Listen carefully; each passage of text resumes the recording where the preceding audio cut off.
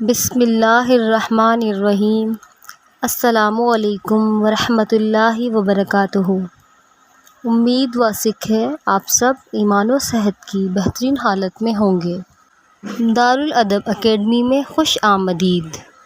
یہ چینل بنانے کا مقصد لوگوں میں ادب کی اہمیت کو اجاگر کرنا اور نئے لکھاریوں کو اردو ادب سے وابستگی پیدا کرنا، ترویج ادب میں اپنا حصہ ڈالنا۔ تو آج ہمارا پہلا لیکچر ہے اور پہلا لیکچر ہوگا ادب کے بارے میں۔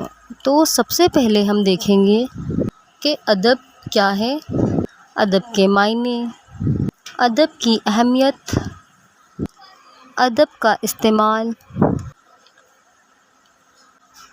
ادب کی مختلف اصناف، ان اصناف کی تعریف اور ان اصناف کی اقسام۔ تو سب سے پہلے ہم ادب کے معنی جانتے ہیں۔ لفظ ادب کے معنی حسن سلوک، طرز عمل، شائستگی، سلیقہ، حسن ترتیب، دستور، انسانی زندگی کا مطالعہ۔ اچھا، ہم ادب کی تعریفیں مختلف انداز میں دیکھیں گے کیونکہ بہت سے لوگوں میں الگ الگ انداز میں ادب کی تعریف کی ہے، تو ہم انہیں الگ الگ ہی دیکھیں گے۔ تو آئیں سب سے پہلے ہم دیکھتے ہیں کہ ہمارے پاس ادب کی کون سی تعریف موجود ہے۔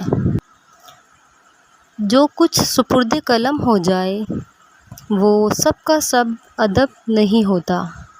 اگر وہ سب کا سب ادب نہیں ہوتا تو پھر کیا ادب ہوتا ہے؟ ادب اس تحریر کو کہتے ہیں جس میں حقیقت کا اظہار ہو، جس کی زبان پختہ، شستہ اور لطیف ہو، جس سے دل اور دماغ پرسکون ہو جائے، جس میں دل اور دماغ پر اثر ڈالنے کی صفت موجود ہو۔ ادب کی ایک اور تعریف ہے زندگی کی حقیقتوں اور اس کے اتار چڑھاؤ، اس کے مصائب، پریشانیاں، آسائشوں، جینے کے ڈھنگ، معاشرے کے تمام رنگوں کو اور اپنے ذہن میں ابھرتے سوالات، خیالات، دل کے تمام جذبات، تجربات، احساسات کو قلم کے ذریعے صفحہ کرتاس پر سجانا ادب کہلاتا ہے۔ اچھا، ادب کی ایک اور تعریف ہے ادب زندگی کے اظہار کا نام ہے۔ ادب چونکہ لفظوں کی ترتیب و تنظیم سے وجود میں آتا ہے اور ان لفظوں میں جذبہ و فکر بھی شامل ہوتے ہیں، اس لیے کہا جا سکتا ہے کہ لفظوں کے ذریعے جذبے، احساس یا فکر و خیال کے اظہار کو ادب کہتے ہیں۔ ادب کی اہمیت۔ ادب کا ایک کمال یہ بھی ہے کہ وہ ہماری تہذیب کرتا ہے، ہماری نظر اور دل کو وسعت دیتا ہے، ہمارے رویوں کو معتدل بناتا ہے، ہماری روح اور فکر کو بالیدگی عطا کرتا ہے۔ گویا ادب کا مطالعہ ہمیں آدمی سے انسان اور انسان سے ایک بہتر انسان میں تبدیل کرتا ہے۔ ادب کا استعمال سماجی حقیقتوں اور زندگی کی اونچ نیچ کے علاوہ احساسات اور تجربات کے بیان کے لیے ادب کا استعمال کیا جاتا ہے، جس کے ذریعے شاعر، ادیب نہ صرف ثنایا اور بدایع کا استعمال کرتا ہے بلکہ تحریر کو ادبی وقار کی حیثیت سے نمایاں کرنے کی فکر و وجدان کو بھی کام میں لاتا ہے، تب ہی کوئی تحریر ادب کے دائرے میں داخل ہوتی ہے۔ ادب کا مقصد کیا ہے؟ ادب کا مقصد صرف مسرت بہم پہنچانا ہے۔ زندگی کے مقاصد کے حصول کے لیے ادب کے استعمال کے وہ قائل نہیں۔ ان کے مطابق ادب کا مقصد تخلیق حسن اور تلاش حسن ہے۔ جس سے انفرادی جذبات و احساسات کی تسکین ہو نہ کہ اجتماعی مقاصد کا حصول پیش نظر ہو۔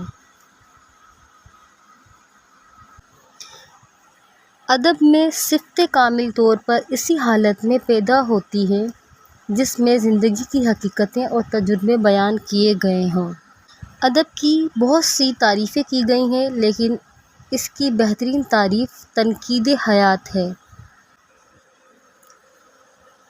ادب کا خلاصہ دیکھا جائے تو عصری معاشرے کی ابھرتی ہوئی پیچیدگی میں اردو ادب محض ماضی کے آثار کے طور پر نہیں بلکہ ایک متحرک اور ناگزیر قوت کے طور پر ابھرتا ہے، جو ہمارے ثقافتی شعور اور اجتماعی تشخص کو تشکیل دیتا ہے۔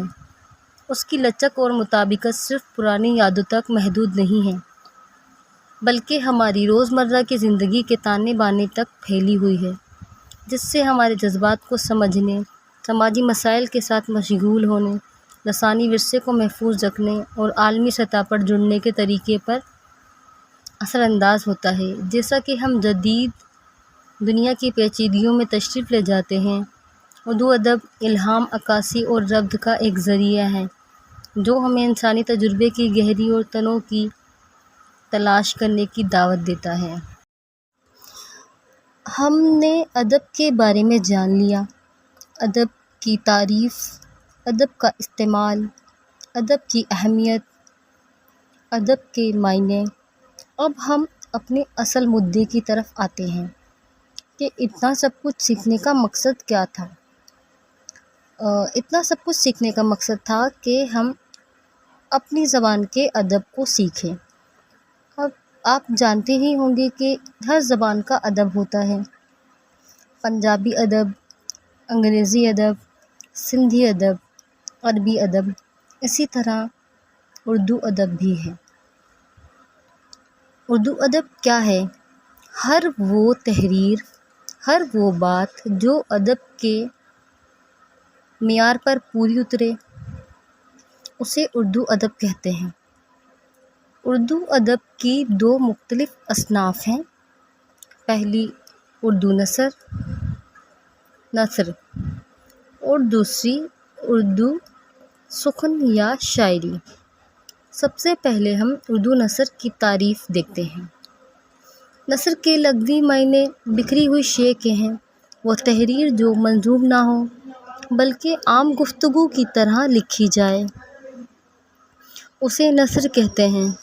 نثر ایک ایسی اصطلاح ہے جس میں مصنف، ادیب یا لکھاری بغیر کسی موضوع صنعت کے اپنے خیالات کا اظہار کرتا ہے۔ اردو ادب کی بنیادی شاعری اور نثر پر ہے۔